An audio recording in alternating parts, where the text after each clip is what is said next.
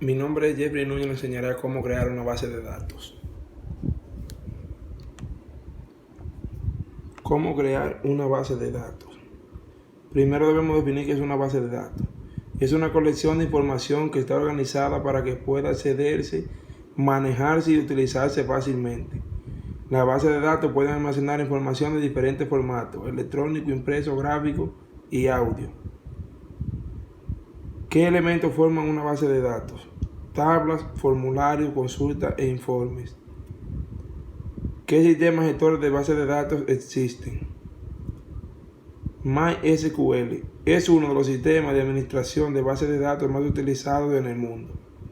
Permite gestionar bases de datos relacionales en un sistema open source.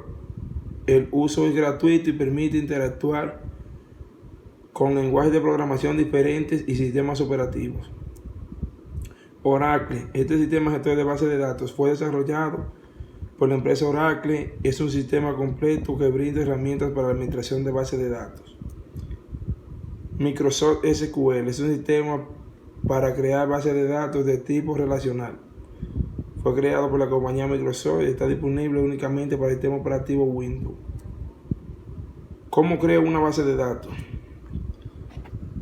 Primer paso: crear una base de datos es diseñarla. El diseño permite determinar el número de tablas, los datos que se almacenarán y las relaciones que se establecerán entre ellas. Como segundo paso, es necesario crear las tablas. Las tablas de una base de datos están formadas por campos. Cada uno de los campos almacenan datos a registrar en la tabla. A cada uno de los campos debe asignarse un tipo de datos según la información. Antes de guardar la tabla es necesario definir cuál de los campos será la clave principal. Después de crear toda la tabla es necesario establecer la relación entre ellas. En los pasos para la creación de bases de datos también se requieren formularios.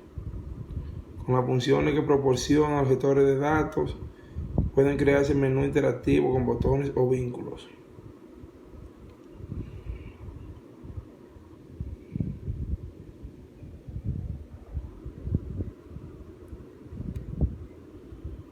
Los operadores lógicos de una base de datos son AND, uso para múltiples expresiones lógicas con más de una condición.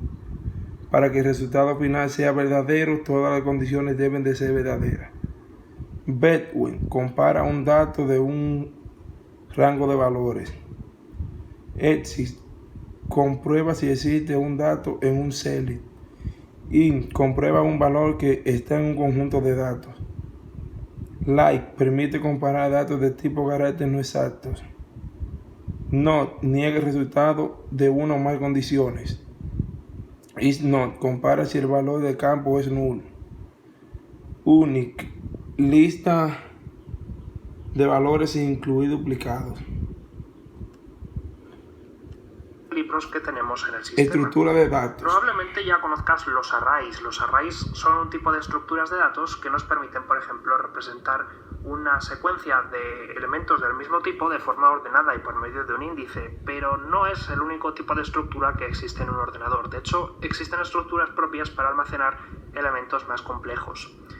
Os voy a poner un ejemplo. ¿Cómo puedo representar información sobre los clientes de una multinacional? Cuando estamos hablando de una multinacional podemos estar hablando de a lo mejor decenas de miles de clientes, no estamos hablando de una lista pequeña. ¿Cómo podemos almacenar todos los datos de todos los clientes? ¿Podemos utilizar un array de 70.000 posiciones?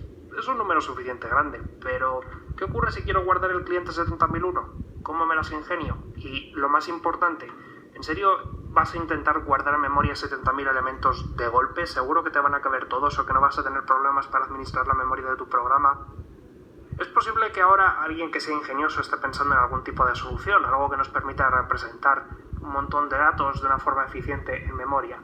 Lo mejor que podéis hacer es dejar de pensar, porque ya existen ese tipo de estructuras y han sido utilizadas lo suficientemente en el mundo de la programación como para saber que funcionan bien, que son eficientes y que se utilizan correctamente en según qué casos. Entonces, Mi objetivo en esta lista es contarte las principales estructuras de datos que existen de modo que las conozcas.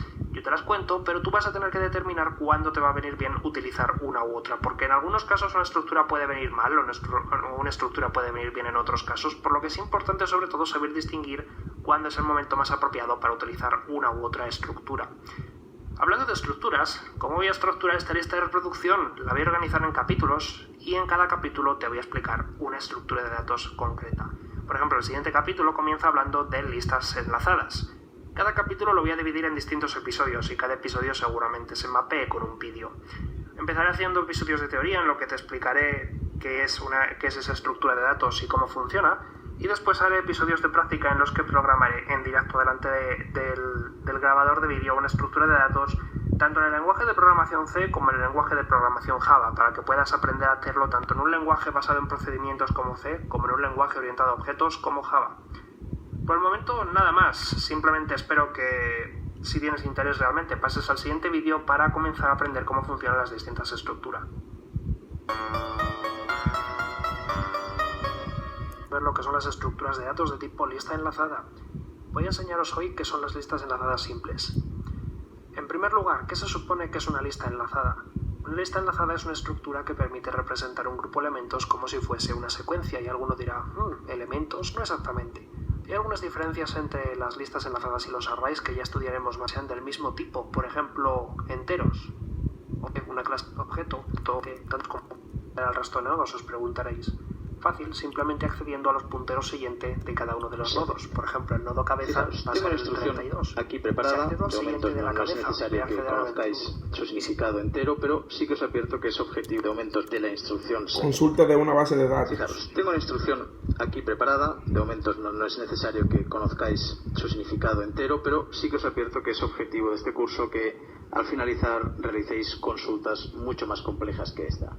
Por un lado, como describimos en el primer módulo, tenemos palabras claves como select, como from, como group by, etcétera, etcétera. Fijaros que cuando se crea una instrucción select, se utilizan estas palabras claves como si fueran cláusulas. Yo, a partir de ahora, me referiré a ellas como cláusulas de la instrucción select.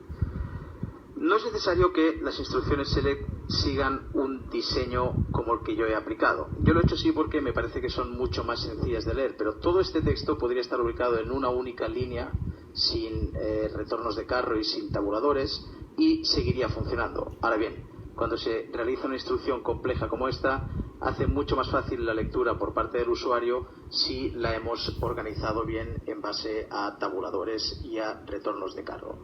Bien, esto es una instrucción que hace una consulta a la base de datos en la cual solicita el nombre de los clientes, los pedidos que han hecho estos clientes, la fecha en que lo hicieron y el total que costaba el pedido. Fijaros que si ejecuto una consulta me aparece un resultado.